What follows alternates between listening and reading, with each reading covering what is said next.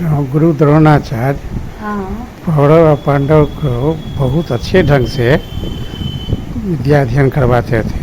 वे धनुर्वेद का शिक्षा देते थे और कौरव और पांडव सभी के बच्चे वहाँ पर पढ़ते थे और बहुत लगन से गुरु द्रोण सबको धनुर्विद्या का अध्ययन करवाते थे। तो कुछ दिनों के बाद एक वहाँ के भील का राजा था, उसका पुत्र एकलव्य, वह आया गुरु द्रोण के पास और वह कहा कि हम अपने गुरु से धनुर्विद्या कुछ सीख लिया है और ज़्यादा सीखने की हमको इच्छा है, तो आप मुझे सिखलाने की कृपा करें। तो गुरु द्रोण ने कहा कि नहीं, मैं राजपुत्रों को ही धनुर्विद्या का शिक्षा देता हूँ, तुमको मैं नहीं दे सकता। ये राजपुत्रों का पाठशाला है, इसमें तुमको शिक्षा नहीं मिल सकता है, तुम यहाँ से चले जाओ, कहीं दूसरे जगह पर हो। बहुत वह उन्होंने विनय किया, उसके बाद भी गुरु द्रोण उसको पढ़ाने के लिए तैयार नहीं हुए। तब वह लड़का वहाँ से बगल में ही एक जंगल में चला गया, नज़दीकी जंगल में, और जंगल में ही रहने लगा और वहीं गुरु द्रोण का मिट्टी का प्रतिमा बना करके और बड़ा तन मन से उनका पूजा करके उन्हीं के आदेश से वह धनुर्विद्या का अभ्यास करने लगा। कुछ ही दिनों के बाद वह इतना लगन से अध्ययन किया कि वह बहुत अच्छा धनुर्धर हो गया। वह बहुत ही अच्छा धनुर्धर हो जाने के बाद तब भी वह दिन रात सीखते रहता था। वह अपने खाने पीने रहने किसी चीज़ का परवाह किए बिना वह धनुर्विद्या का अभ्यास करने में तल्लीन हो गया। एक दिन गुरु द्रोण अपने शिष्यों के साथ घूमने के लिए निकले। संयोगवश उसी वन से घूमते हुए जा रहे थे। तो घूमते हुए जा रहे थे तो उनका कुत्ता भी साथ में था। तो वह कुत्ता राह भटक गया। वह घूमते घूमते जहाँ पर एकलव्य रह रहा था, सीख रहा था धनुर्विद्या, वहीं पर चला गया कुत्ता। तो वे जो देखा कुत्ता उनको उसको तीर चलाते हुए अभी धनुर्विद्या का अभ्यास करते हुए, तो कुत्ता वहाँ पर भौंकने लगा।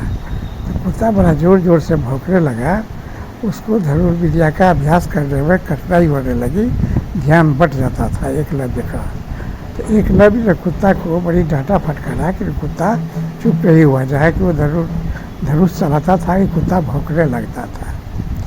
वह क्या किया कि कुत्ता को मुंह में कुछ बाण से मारा और उसके मुंह को बाण से भर दिया।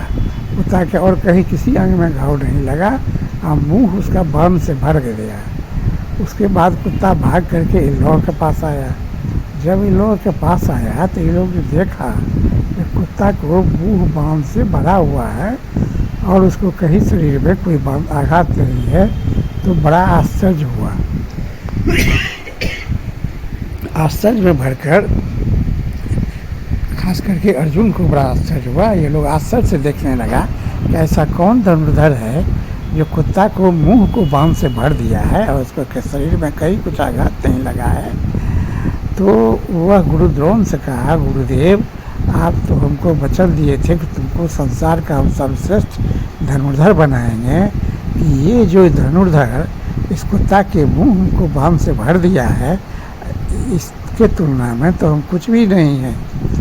तो गुरु द्रोण को भी बड़ा आश्चर्य हुआ। उन्होंने देख करके बड़ा आश्चर्यित हो गए और वहाँ से वो लोग निकले कि इस कुत्ता को पता लगाया जाए कि कुत्ता कहाँ रहता है, कुत्ता कहाँ गया था और कहाँ कौन इसको बाण मारा है।